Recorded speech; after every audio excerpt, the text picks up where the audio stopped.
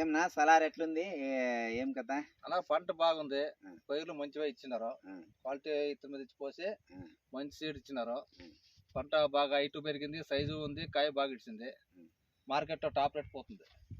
Salaar Madhu nursery అని బాగోడ దగ్గర బండా road లో రైట్ సైడ్ వస్తుంది నర్సరీ.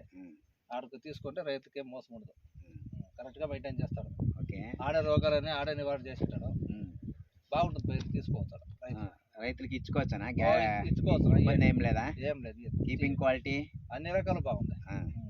మీకేం మందులు కానీ తక్కువ పడుతుంది దీనికి. అవునులే, సాగు కన్నా ఇదే మేలు. సాగు కంటే ఇదే మేలు, సైజు వస్తుంది, మందులు తక్కువ తీసుకుంటుంది.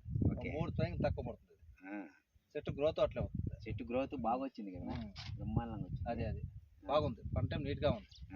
చూసే పని రైతులు ఇదే తీసుకొని నాటుకుంటే బాగుంటుంది. అది ఎండాకాలం కూడా చెప్పినారు రైతులకు ఇమ్మని కంపెనీ వాళ్ళు. ఇయ్యనా ఎవరైనా రైతులకు ఇచ్చే గ్యారెంటీ చెప్పి ఏం పర్వాలే. ఓకే, ఎవరు డౌట్ ఉంటే మాతో కలమని వచ్చి చెప్తాం. మేము ఆ ఫోన్ నంబర్ని మేము చెప్తాం. ఓకే ఓకే, ఏం ఇబ్బంది లేదు. ఏమి ఇబ్బంది లేదు.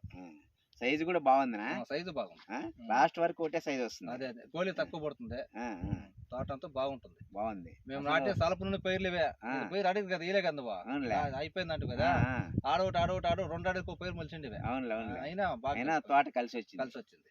బాగుంటుంది తోట, గ్రోత్ లో గానీ రోగంలో గానీ బాగుంటుంది. ఓకే ఓకే, గ్యారంటీ ఇచ్చుకోవచ్చు.